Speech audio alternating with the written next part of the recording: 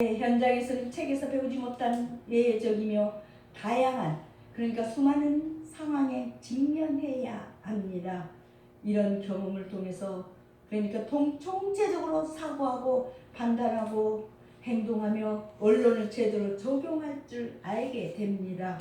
마찬가지로 사순절에 주님의 고난을 체험하고 말씀과 기도로 올바른 신앙생활의 기초를 우리가 확보해야 승리할 수가 있습니다. 베드로 사도는 오늘 여러 지역에 흩어져 있는 이 성도들에게 편지를 하면서 그들이 당하는 이 신앙적인 고통을 위로하고 주님의 고난을 극복하라고 당부를 하였습니다.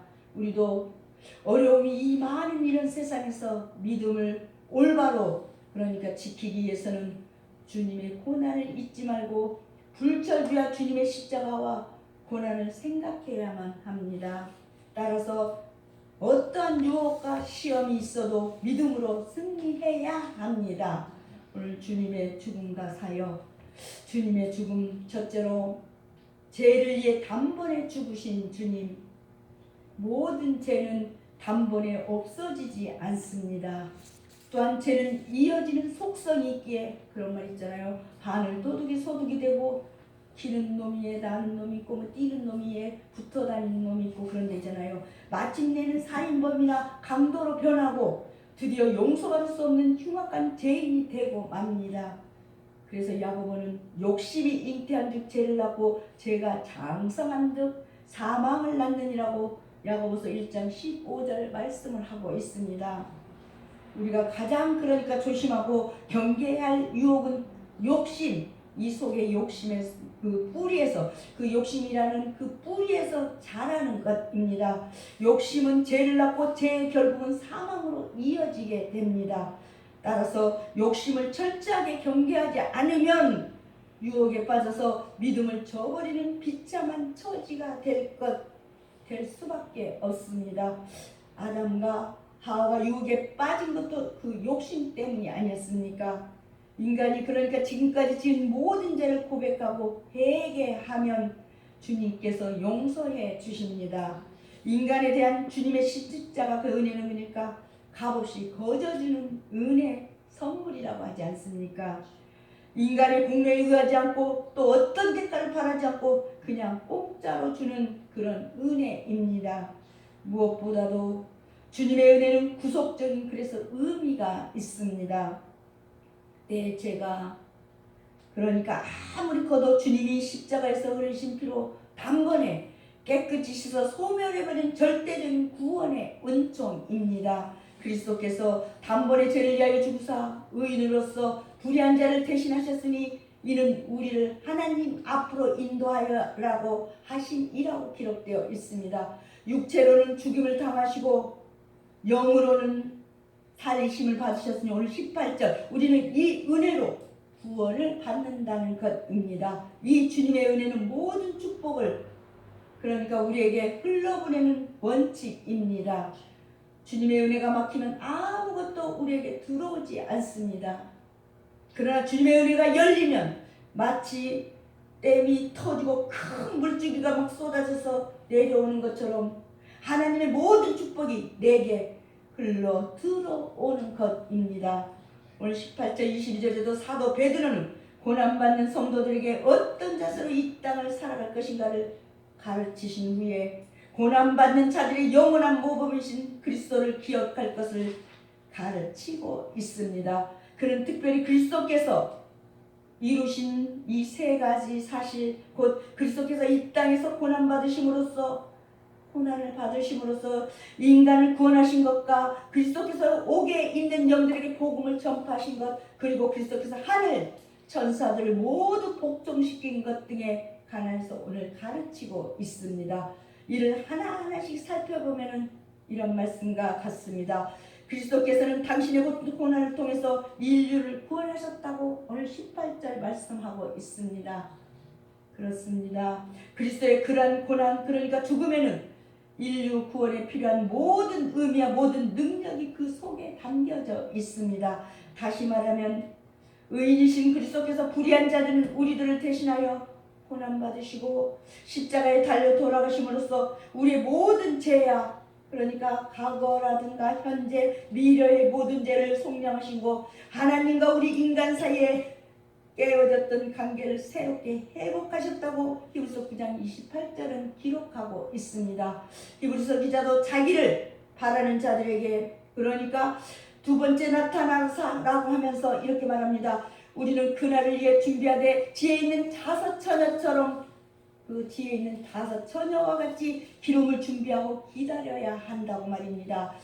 이제 우리에게 요구하는 것은 그러니까 피의 제사, 그 피의 제사가 아닌 그분을 믿는 믿음입니다. 우리는 그리스도의 수치스럽고 참혹한 고난을 통하여 넘치는 은혜를 받았다고 이사야 53장 1절 12절을 이렇게 말씀하십니다.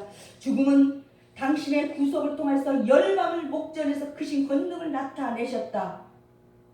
오늘 교회가 그리스도를 통하여서 전도와 그러니까 선교의 사명을 주시고 크신 권능을 우리 모든 백성들에게 나타내신다는 것입니다. 예수를 통한 자유의 기쁜 소식을 전해 주어야만 합니다. 그분의 철저한 그런 죽음을, 그러니까 그 예수 그리스도가 처절한 죽음을 통하여서 하나님 앞으로 담대히 나아가 영생과 영화를 누리게 되었다고 히브리서 10장 19절 20절은 또한 말씀을 하십니다.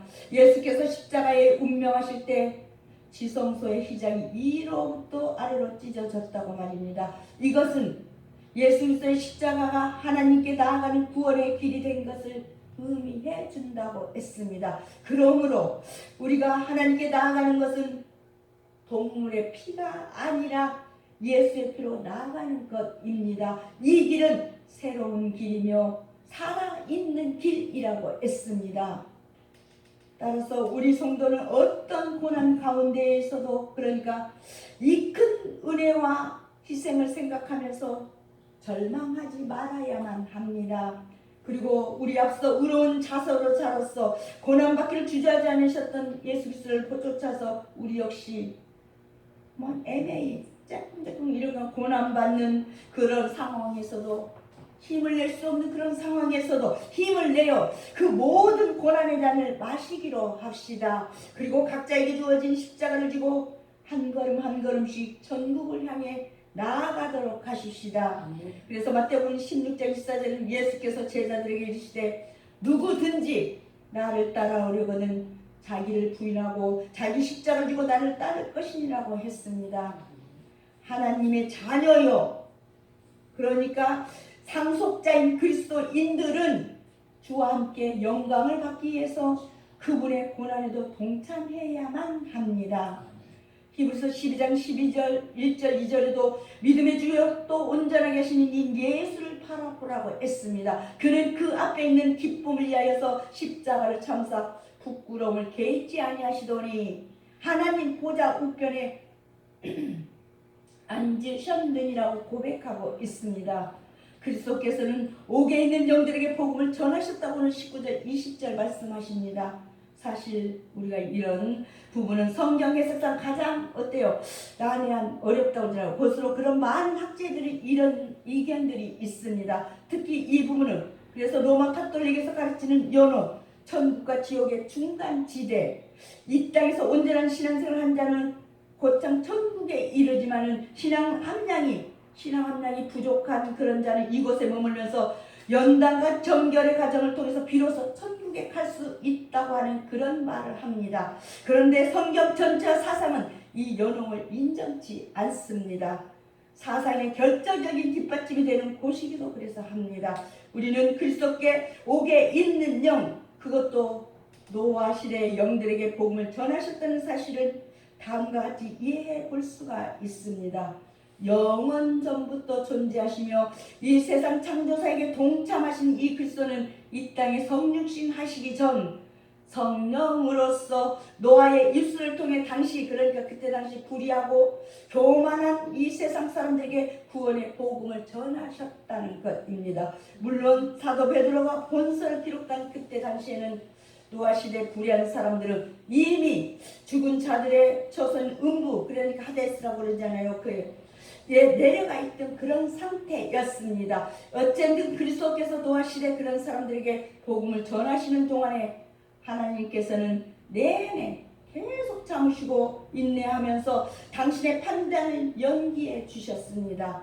이러한 그리스도의 노력과 성령의 동역 그리고 하나님의 지관 인내에도 불구하고 당시의 사람들은 끝까지 불신앙함으로 모두 홍수에 잠겨 죽어갔고 다만 노아 가족 8명만 살아남게 되었다고 했습니다. 그런데 여기서 베드로가 8명의 구원 사실을 이렇게 구원 사실 인상 깊게 설명하고 있는 까닭은 무엇일까요? 그것은 바로 지금 베드로가 편지하고 있는 흩어진 나그네 그것도 소수에 불과한 이 신앙인들에게 크나큰 위로와 격려를 주기 위함일 것입니다. 진정코 그리스도인들은 온 세상 당신의 말을 기억하고 정말 당신의 말을 거역하고 당신의 구원을 배척한다 할지라도 무시한다 할지라도 그 중에서 단 한 명이 당신을 신뢰한다면 그리스도는 그 한 사람을 구원하시기 위해서 당신의 모든 것을 희생하실 것입니다. 정녕 구원은 숫자의 많고 적음이 그러니까 아니라 믿음의 유무에 의해서 결정된다는 사실을 우리는 잊지 마십시다. 그리스도는 하늘 천사들 모두 복종시키셨습니다. 다시 말하면 그리스도는 악한 천사들이라도 천한 선한 천사들이라도 구별 없이 그러니까 모든 존재들 위에 초월하여 계시며 최고 영광의 자리에서 그들을 다스리시고 계신다는 것입니다. 이처럼 그리스도의 고난에 뒤에서 이같이 그리스도의 영광을 이야기한 목적이 무엇이냐는 것입니다. 그렇습니다. 그리스도의 고난의 발자취를 쫓는 우리 성도들에게는 반드시 그분의 초월한 영광에도 동참할 수 있다는 확신과 소망을 제공하기 위해서입니다. 미쁘다 이 말이여 우리가 주와 함께 죽었으면 또한 함께 살 것이요 참으면 또한 함께 왕노를 할 것이라고 디모데후서 2장 11절 12절은 말씀하고 있습니다. 그러니까 디모데는 바울의 행실, 바울이 스승이잖아요. 바울의 행실 생활에 있어서의 목표, 믿음, 참, 사랑, 인내 등을 따라다니며 봤다는 것입니다. 디모데는 먼저 그 박해와 그 핍박과 고난 등을 목격했으며 그 다음에는 자신도 그것을 감당해야 된다는 것을 깨달음으로써 바울의 사역을 본받아야만 했습니다. 바울은 자신보다 하나님을 더 사랑하고 성령으로서 경건하게 살고자 노력했던 사람인 것을 본받고자 했습니다. 성도들은 그러니까 마지막 날을 대비하며 항상 경건한 삶을 우리는 살아야만 합니다. 두 번째로 영으로 옥에서 선포하신 주님, 사람이 죽으면 어떻게 될까요? 주님을 믿고 죽은 성도는 구원을 받아 천국에 가지만 주님을 믿지 않고 죽은 사람은 지옥에 갑니다. 그런데 로마 가톨릭에서는 연옥설을 주장하고 있습니다. 연옥이란 하나님의 은총과 사랑에서 죽었기 때문에 영원한 구원을 보장받았으나 완전히 정화되지 못했으면 하늘의 기쁨으로 들어가기에 필요한 그 거룩함을 얻기 위해서 일시적인 정화를 거치는 상태를 아까 말하고 있지 않습니까? 그가 세상에서 지은 경제나 용서받은 사죄에 대한 벌을 이렇게 미처 보상받지 못하고 죽은 사람들의 영혼은 지옥에 가지 않고 연옥에 가서 일정한 기간의 단련을 받는다고 합니다. 그리고 연옥에서의 단련 기간을 채우고 영혼의 정화가 이루어지면 천국에 들어간다고 주장합니다. 이러한 신학적 개념은 고대로부터 그런 내려온 정통이 뿌리를 두고 있으며 그런 초기 기독교 그러니까 그리스도교 문학에서도 입증되었다고 합니다. 하지만 지리학적으로는 존재하는 그런 장소로서의 연옥에 대한 시적 개념은 대체로 중소 그리스도 신자들의 경건함과 상상력에 빚어낸 그런 산문이라고 표현합니다. 그래서 우리 교신교에서는 믿지 않으나 베드로 사도는 비슷한 오늘 말을 하고 있습니다. 그가 그러니까 주님이 또한 영으로 가서 옥에 있는 영들에게 선포하시니라 19절. 이 말씀은 그러니까 해석에 따라서 다르지만 일단 주님께서 죽은 사람을 위해 지옥에까지 가셔서 복음을 선포하셨다는 사실을 부인하지 않습니다. 그리스도의 고난의 의미는 그러니까 바로 죄인된 우리들을 위한 고난이었습니다. 그는 아무리 그런 정말 예수님은 아무런 죄가 없으셨지만 우리를 위해 가진 수모와 멸시를 다 당하셨으며 마침내 나무에 달리는 저주 즉 십자가에서 죽음을 당하셨습니다. 신자들은 이렇게 세상에 살 때 여러 가지로 고난을 당합니다. 그래서 누군가는 신자는 고난받기 위해서 이 세상에 태어난 사람이라고 그렇게 말도 하였습니다. 그러나 이런 고난의 와중에서도 그리스도께서 우리를 위해 당하신 고난을 기억함으로 우리는 그러니까 위로와 용기를 얻을 수가 있습니다. 세 번째로 세례로 더러움을 제하신 주님, 그리스도의 그러니까 고난의 목적은 우리를 하나님께로 인도하는 데 있습니다. 우리는 죄로 말미암아 하나님과의 관계가 단절되었고 또 하나님께로부터 멀리 떨어지게 되었습니다. 그러므로 거룩하신 하나님과 죄지은 인생은 서로 원수가 되었습니다. 그리스도께서는 이러한 처절한 그런 단계를 다시 회복시키고 서로 간에 화해시키기에 고난을 당하신 것입니다. 오늘 18절에서 그는 의인으로서 불의한 자를 대신하셨다고 이렇게 했습니다. 이런 그리스도의 대속적인 죽음을 통해서 구원을 얻는 신자도 그러니까 예수 믿는 이런 사람도 그처럼 고난 받아야 함을 보여주고 있습니다. 그리스도의 고난은 우리를 위한 것이므로 우리도 또한 복음을 위해 그러니까 고난 당해야 합니다. 세례는 문자라도 죄악을 물로 씻는 예식입니다. 사람은 누구나 죄인이고 죄로 말미암아 저주를 받아서 하나님의 형벌을 피할 수 없어서 지옥에 갈 수밖에 없습니다. 그런데 하나님이 세상을 이처럼 사랑하사 독생자를 주셨으니 이는 그를 믿는 자마다 멸망하지 않고 영생을 얻게 하려 하심이라고 했습니다. 하나님이 그 아들 세상에 보내신 것은 세상을 심판하려 하심이 아니요 그로 말미암아 세상이 구원을 받게 하려 하심이라고 요한복음 3장 16절 17절 이렇게 말씀하고 있습니다. 사람이 비록 죄인일지라도 하나님의 사랑을 공유하고 예수 그리스도를 믿으면 그러니까 심판을 받지 않고 구원을 받습니다. 이렇게 구원을 받기 위해서는 필수적으로 우리가 세례를 받아야만 합니다. 베드로 사도가 물은 예수 그리스도께서 부활하심으로 그러니까 부활하심으로 말미암아 이제 너희를 구원하는 피표라고 말하고 있습니다. 곧 세례라. 이는 육체의 더러운 것을 제하여 버림이 아니요 하나님을 향한 그러니까 선한 양심의 간군이라고 20절 말씀하고 있습니다. 물은 여러 가지의 용도가 있는데 그 가운데 가장 많이 쓰이는 용도는 우리가 씻는 일입니다. 우리가 물로 세례를 받은 건 지금까지 지은 더러운 죄를 씻는 데 목적이 있습니다. 그런데 물로 씻는 세례는 우리가 하나의 의식으로 완전히 죄가 씻겨지지 않습니다. 진짜로 죄를 씻기 위해서는 성령의 불로 세례를 받아야만 합니다. 모든 죄를 고백하고 성령의 불로 세례를 받는 성도가 되십시다. 사순절 첫 주간입니다. 회개하는 것입니다. 마지막으로 하나님의 우편에 앉으신 주님, 지금 주님은 어디에 계실까요? 십자가에서 죽었다가 사흘 만에 부활하신 주님은 하나님과 같이 계시지 않는 데가 없습니다. 그런데 주님께서 특별히 우리를 위하여 기도하는 곳이 있는데 그것은 하나님 우편이라고 했습니다. 그는 하늘에서 하나님 우편에 계시니 천사들과 권세들과 능력으로 그에게 복종하였느니라. 22절 이렇게 말씀하십니다. 하나님은 우주 만물을 창조하시고 자연을 다스리시고 인간의 역사와 국가를 흥망생생을 결정하십니다. 막 사람은 그러잖아요. 이렇게 얘기하고 우리 사람만 이렇게 창조하신 지금 소생하는 사순절 기간에는 인류 자동적으로 자연 만물까지 다 하는 것입니다.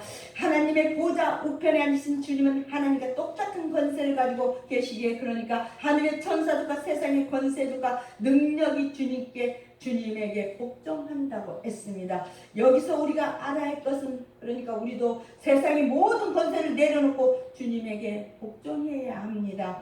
세상의 권력을 가진 왕이나 대통령도 돈과 재물이 많은 재벌도 최고의 학문을 가리키는 대학 교수도 뛰어난 재능으로 연기를 잘하는 그런 연예들도 이름이 알려진 스포츠맨 그런 사람도 주님에게 다 복종해야 합니다. 그런데 자세히 보면 세상에서 유명한 사람들보다 소성하고 소박한 농부들이 하나님께 순종하고 섬기고 있습니다.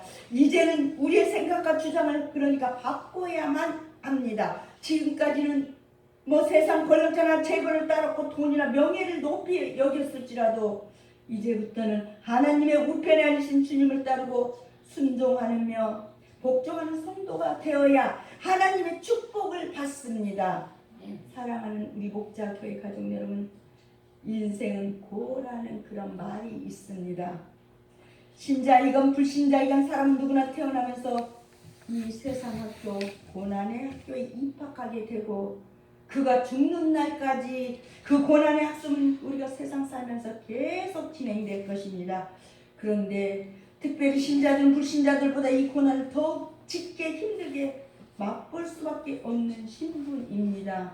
왜냐하면 빛된 성도는 어둠에 속한 이런 세상 사람들로부터 필연적으로 고난을 받되 그 고난을 받게 되어 있기 때문이라고 요한복음 3장 19절은 말씀하십니다.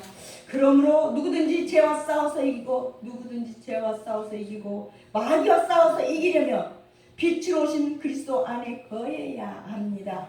어둠을 내쫓는 유일한 무기는 빛뿐입니다. 그러나 제 아무리 극한 이 고난의 파도가 몰아치는데 그러니까 우리한테 몰아친다 할지라도 성도가 결단코 실망할 수 없는 이유가 있습니다. 그 까닭은 우리가 걷는 고난의 길 선대는 바로 우리를 온전히 구원하시기 위해서 험한 십자가의 고난을 기쁨으로 지신 그리스도께서 걷고 계시기 때문입니다. 우리는 다만 믿음의 죄 또 우리를 온전케 하시는 그리스도의 그 분의 뒤를 쫓아서 한 걸음 나아가면 하면 되는 것이라고 히브리서 12장 2절 말씀하십니다. 이와 더불어 매일 우리 각자에게 주어진 고난의 십자가를 지고 선을 행하며 나아가는 것이 바로 하나님의 뜻이기 때문입니다. 하나님은 이 고난을 통해서 우리의 신앙을 더욱 연단하시고 우리로 하여금 하나님의 자녀된 신분에 걸맞는 신앙 수준으로 더욱 성숙시켜 가실 것입니다. 그리고 이러한 고난을 통하여서 우리로 하여금 그리스도의 고난에 동참하는 영광을 얻게 하실 것이라고 빌립보서 3장 10절을 말씀하십니다. 고난의 참여함을 알고자 하여 그의 죽으심을 본받으라고 말입니다. 골로새서 1장 14절로 나는 이제 너희를 위하여 받는 괴로움을 몸된 교회를 위하여 내 육체에 채우니라고 했습니다. 따라서 이제 우리는 더 이상 고난과 핍박의 자리에서 탄식하거나 두려워하지 않기로 하십시다. 그리고 고난을 피하여 우리의 등을 돌리지 않기로 하십시다. 대신 우리는 눈을 하늘에 두고 가슴을 크게 열어서 다가오는 고난을 담대히 맞기로 하십시다. 로마서 8장 17절에는 자녀이면 상속자 곧 하나님의 상속자요 그리스도와 함께한 상속자니 우리가 그와 함께 영광을 받기 위하여 고난도 함께 받아야 할 것이니라고 기록되어 있습니다. 고린도후서 4장 10절에는 우리가 항상 예수의 죽음을 몸에 짊어지면 예수의 생명이 또한 우리 몸에 나타나게 하려 함이라고 말씀하고 있습니다. 디모데후서 1장 8절에도 그러므로 너는 내가 우리 주를 증언함과 또는 주를 위하여 갇힌 자 된 나를 부끄러워하지 말고 오직 하나님의 능력을 따라서 복음 그러니까 전도 복음과 함께 고난을 받으라고 했습니다. 복음은 전파되어야 합니다. 복음을 위해 드려지는 헌신은 하나님 앞에 참으로 그래서 귀한 것입니다. 사순절입니다. 여러분 모두가 주님의 죽음과 사역에 그 발자취를 따라서 이번 한 주간도 승리하는 저와 여러분 되십시다. 기도하겠습니다. 하나님 감사합니다. 죄인의 구원을 통해서 독생자 예수를 십자가에서 죽게 하신 우리 아버지 하나님 십자가의 공로로 영원한 사랑에서 영원한 생명으로 옮겨주신 은혜를 감사를 드립니다. 지난 한 주간 성령님의 인도하심으로 살지 못하는 것을 회개하는 탄식을 들어주시었고 새 힘과 용기를 부어주시옵소서. 하나님의 뜻을 각오하지 않고 또 자기 생각의 함정에 빠져 각박한 이런 세상 풍파에 휩쓸려 떠밀려 살던 잘못은 이 시간 회개하오니 용서하여 주시옵소서. 주님만이 저희 삶의 길이요 진리요 생명을 고백하는 마음으로 모인 저희입니다. 고개 숙인 성도들의 기도 제목이 오늘도 말씀을 들으면서 응답으로 이어져 감사의 찬송이 넘치는 산 제사가 되게 만들어 주시옵소서. 오늘 우리는 2026년 주님께서 고난의 길을 걸어가셨던 그 사순절 첫 번째 주일 예배를 드렸습니다. 한량없으신 주의 은총 앞에 저희의 어리석음과 나약함을 이 시간 고백합니다. 한 주간 믿음으로 살 힘 다시 한번 주시옵고 소망의 믿음을 더해 주시옵소서. 이 시간 예배를 도우신 모든 성도들에게 함께 하시고 가정과 사업장마다 같은 은혜를 내려주실 줄 믿습니다. 우리 교회가 이번 사순절에는 온 성도들이 마음을 같이 하는 교회로 또 성전에 모이기를 힘쓰는 교회로 모든 것을 함께 나누는 초대교회처럼 지내게 만들어 주시옵소서. 우리 주 예수 그리스도를 받들어 감사하며 기도하옵나이다. 아멘. 아멘.